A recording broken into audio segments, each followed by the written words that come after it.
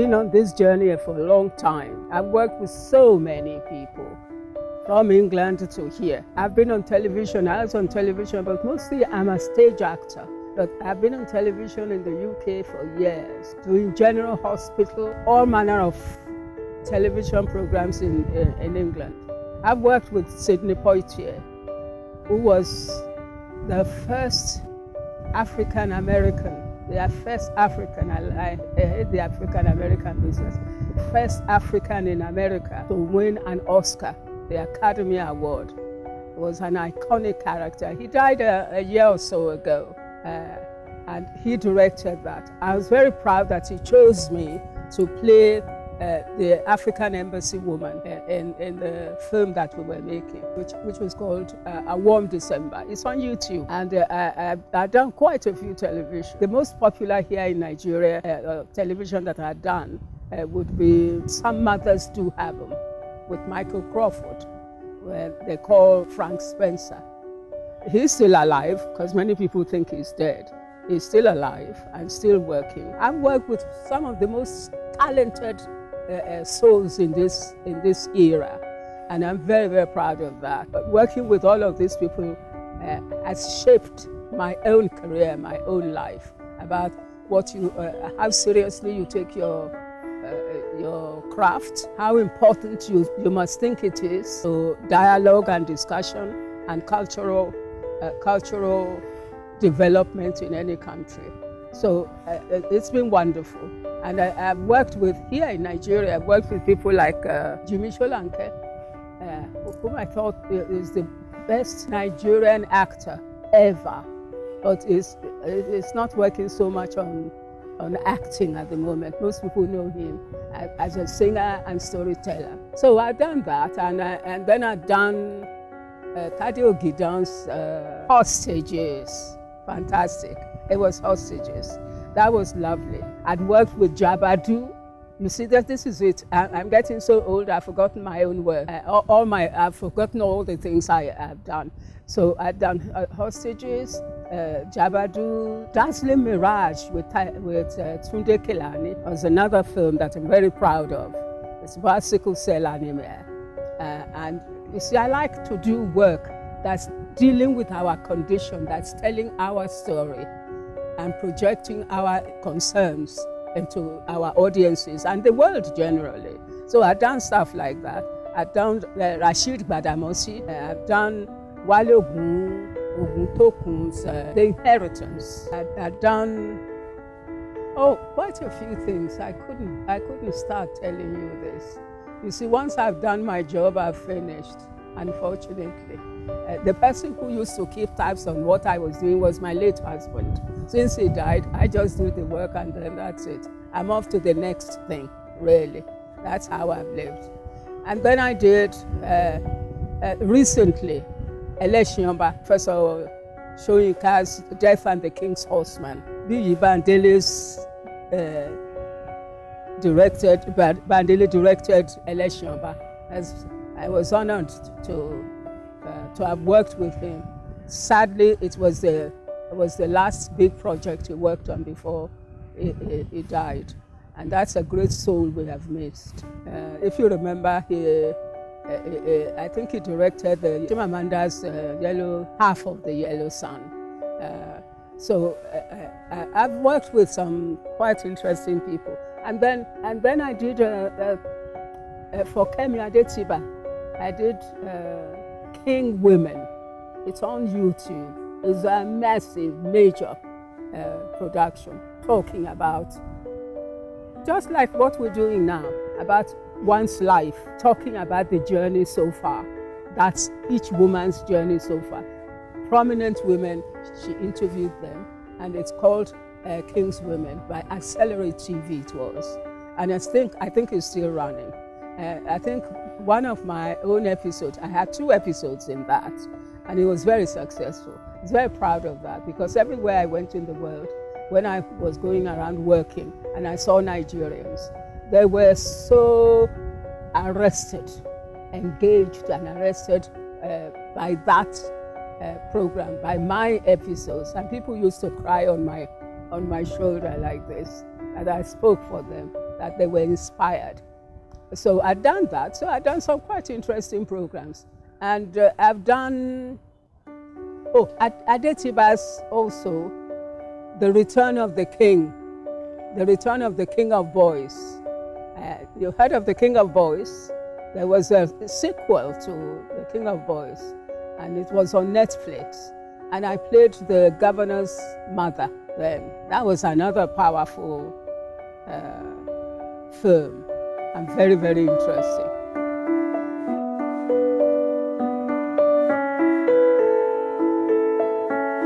What killed the stage? 1978 recession, just after First Sack. There was a terrible recession, and there was danger in the land. And it became obvious to us that people were riding their last new cars. It was going to be Tokunbo. As a matter of fact, my husband was trying to talk to friends to say that this may be the last cars you ride. I said, keep quiet, though. They say you are cursing them. Not long after that, it got worse and worse and worse. And then we had June 12, and people couldn't go. The security situation was so bad, people couldn't go out at night. Do you remember that? I don't know how many of you would be at that stage. Yeah. If you have a 14-year-old, you will remember. So nobody could go to stage. At Alade, I remember we had a club at Yaba there, Murtala Mohammed Way. You used to go there. Club life, nightlife died. You couldn't go to cinemas, you couldn't go to stage, because you had after they play, you have to get home. And it was a little bit insecure. So gradually, it was that gave the video people, who call themselves now Nollywood. People stayed at home and then had to have cassette and bought cassette to entertain themselves at home. That's the birth of Nollywood. That was the death of stage life. And stage is still the best thing ever. In London, a lot of the revenue that the government derives comes from people visiting London to come to see plays in the West End of London. I thought that was going to happen to us when they opened National Theatre. But of course, we weren't interested in that. But our civil servants didn't understand the value of that edifice to the economy, to the culture. And so they just let it run down. You see where I'm coming with about how we don't recognize that really, we don't really recognize the importance of culture in motivating and developing the economy of any culture. That's what Hollywood did to America. Hollywood made America the epicenter of culture, right? Am I wrong?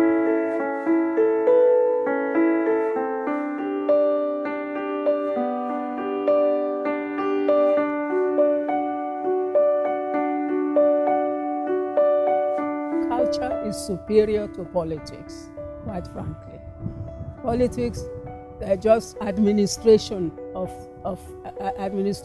resources, and they're not making very good show of that. Culture motivates, galvanizes, and really builds people up. And if we had that, then we can tap on that and all that culture generates to promote our nation and in fact inspire ourselves, because we don't believe in ourselves. We lack confidence in our heritage. We are one of the greatest people in the world. We gave the world Ifa. From Ifa is all the phones you are carrying around, all of that is derived from Ifa. It's a science that if you say to our people, they say it's fetish. I mean, that kind of ignorance. This is what I think my industry should be doing to educate people and reminding them of the heritage, of the legacy that our ancestors have left for us, which we are letting the Europe and America just take over and make us believe that they are leading us, whereas we have prepared them the groundwork for the development that is going on now. Because that's how the life works. Somebody develops something, somebody else will pick it up. It's called universal consciousness. In Japan or in China, people will think about the same thing, but some of it came from here. All the things, not only is the structure of modern technology from Africa, it came from the Yoruba in particular. It came from the culture of the Yoruba. Do you see the case I'm making for the importance of culture in development now? That's my line of thinking. It's permeated the whole world, and everything we're calling technology, and all of us believe it's European. No, it's from the black man, it's from us. But they put a gun to our heads and lobotomized us. And we don't even know our own best interests thereafter. We don't know what we have given to the world. We think we're just taking from the world. We have given a lot to the world. And it's not only the technology, that kind of technology, that science that we're giving to the world, the materials that are being used to develop this technique are coming from Africa. They're being mined here in Africa. So if we took our culture seriously, then we will use our culture to promote our strengths and our contribution to the world in general.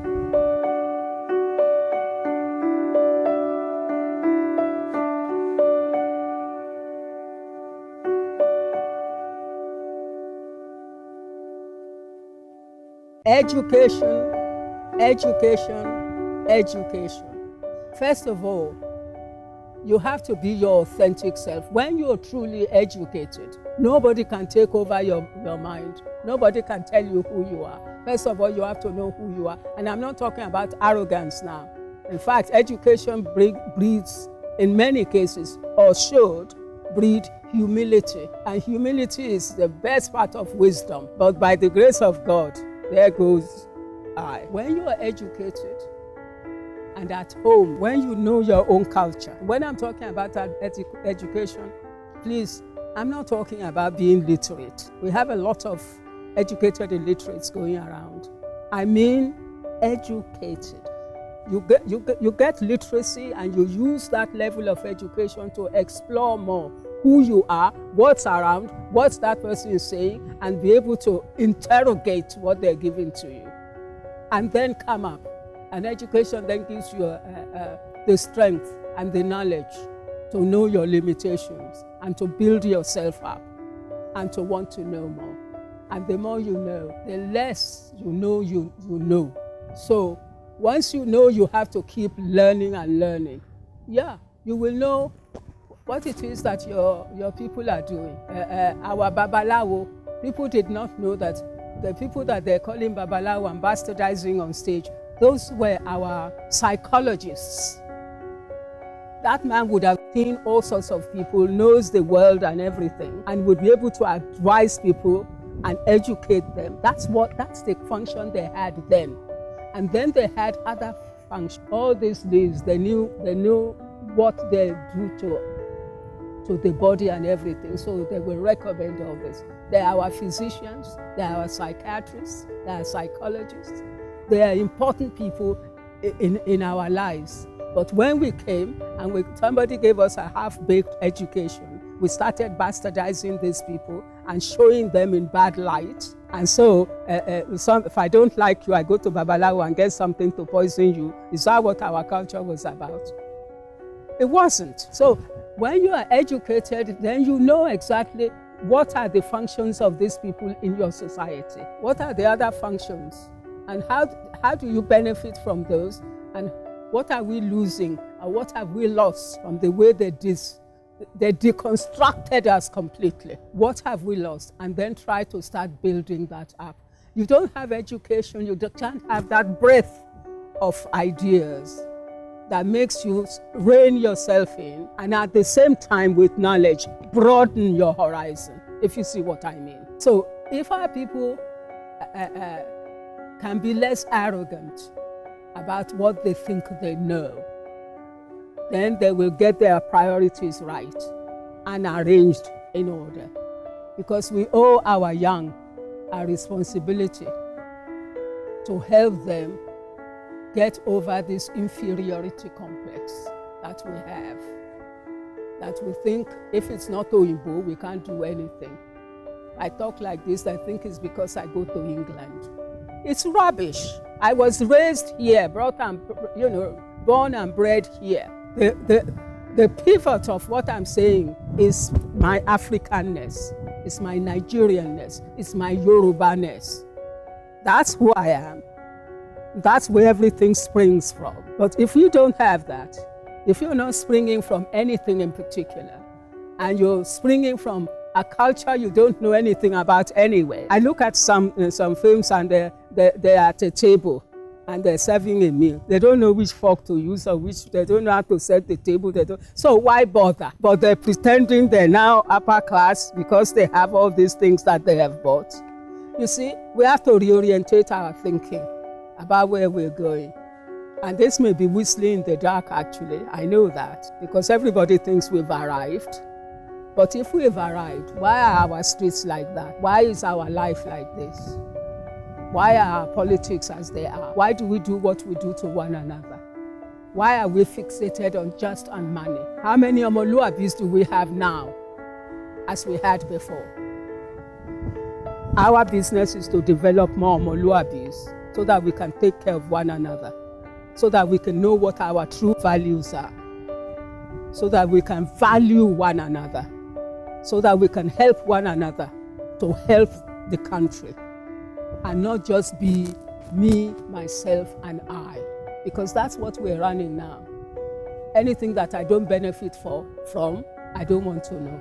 It's got to be me, me, me, me, me, so that people can have a soakaway full of money. We don't have roads, we don't have hospitals, our education is shut down.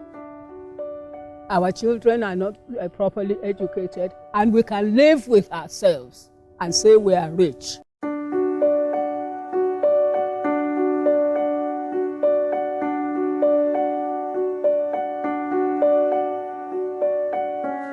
Ajai, that's my village name, my Ijinle name. You can't be going around like that. So we just put it at Ajai. And if I put Ajai, then I'm married to Lycett, and Ajai, Lycett. I beg. So we have to do, I did some editing, but I agree with you. I'd rather be Taiwo Ajai, because Ofe is saying something. And you notice my Ajai is not Ajai. I met it in the family. I didn't anglicize it, I didn't do anything to it. I like who I am, where they were. I like that. My village is there in Ogba. I'm an Awori woman. I am Omo Aliyelabola, Omo Egunimi. I shouldn't say that in front of Alaja, but I am Ijinle. Live and let live. I welcome everybody. Whatever helps, whatever floats your boat, really. But because I know what those Egungun were doing. It's not what they're doing now. We used to have Oduegun. They used to give dramas and everything. Those minstrels and masquerades, they were the people who were telling people how to keep to the moral compass of the society. It wasn't just play acting at all. You regulate your society by what those people, because we believe that they are our ancestors talking. So I think maybe that's why I chose the business of acting, of the theater, because I think acting is sorcery myself. And when people challenge sorcery, when people challenge witchcraft, I smile. How do you think people take plane and fly up there if it's not witchcraft? Because it then depends on your perspective and your definition of it's all science. It's knowledge, esoteric knowledge that's not open to everybody. We must respect that. But here in Nigeria, we beat ourselves down. It's fetish. It's this, that, and the other. It is. Because look at these fingers, they're not equal. What I can see, you can see. It's not just my age. What you can see with those eyes, what you imagine in your mind, I will never know. So you are some kind of sorcerer. You are a spirit. No, seriously. We are spirits. We are not this body. That's why it's very funny. People were wanting to be pretty and flaunting themselves and doing their boobs and doing their bum and whatever, and thinking that's where they are living. You are not living there. What is actually living, we cannot see. What you're looking at, you cannot see what you're looking at. You are looking at me. You are not seeing me, are you? You are seeing this frame. Can you see me? You can't see me.